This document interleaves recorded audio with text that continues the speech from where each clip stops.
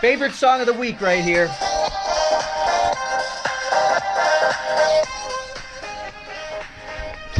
Yo, what's up? Matt Holmes here, back for the weekly vlog.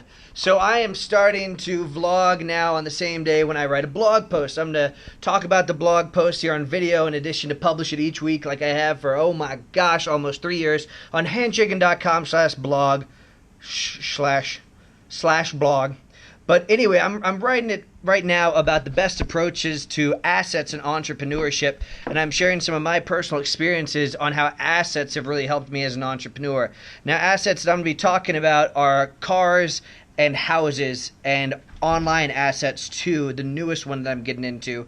But it all started with cars, and that's what this blog post is about. Now, today in 2017, you can rent your cars out on Turo.com, which means you can take out a car loan, put $0 down, and then immediately start making money to obviously pay off your car and make some profit on top of that.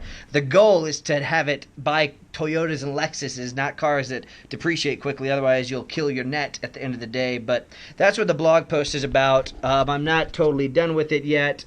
But if you guys have questions, please comment below or find me on Snapchat and ask me there. I'd love to talk to you guys about your strategy when it comes to kind of going about entrepreneurship and quitting your full-time with kind of a strategy behind it, you know, assets. And what I really recommend is borrowing money in exchange for assets. Obviously, mortgages are some of the best debt you can have. They are so inexpensive right now, and then you can have an asset that's hundreds of thousands of dollars that is passive income if you're willing to rent it out to either roommates if you live there or tenants if you don't live there. If you buy in a smart neighborhood, that's going to appreciate.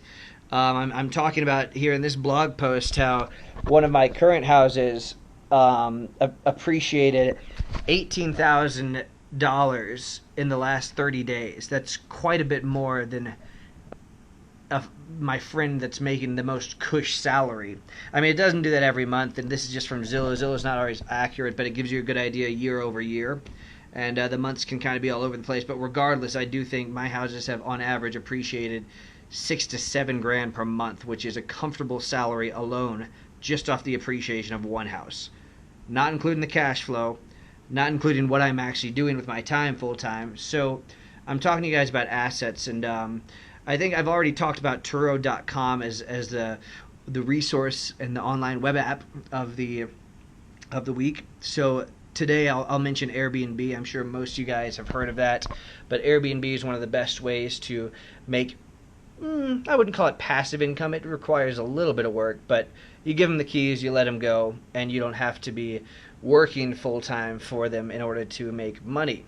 And one thing a friend has been pitching me on, and I've kind of gotten interested in it, is buying a type of tiny home or camper trailer, if you will, because I've always bought real estate that's hundreds and hundreds of thousands of dollars, and I have massive debt, and it's a long-term strategy, but it would be kind of cool to buy a travel trailer that could function and be built into a tiny home with just a few $1,000s, assuming you find the land for it, and then quickly make that entire investment within the first year. That's kind of exciting to think about, and I think Airbnb is the vehicle that now allows you to do that nowadays. So I'll quit rambling about real estate, and I'll probably say that for part 2. Or maybe I'll put this as part 1. I'm kind of just laying this out. But yeah, anyway, thank you guys for tuning in, and let me know what you think about assets as an entrepreneur.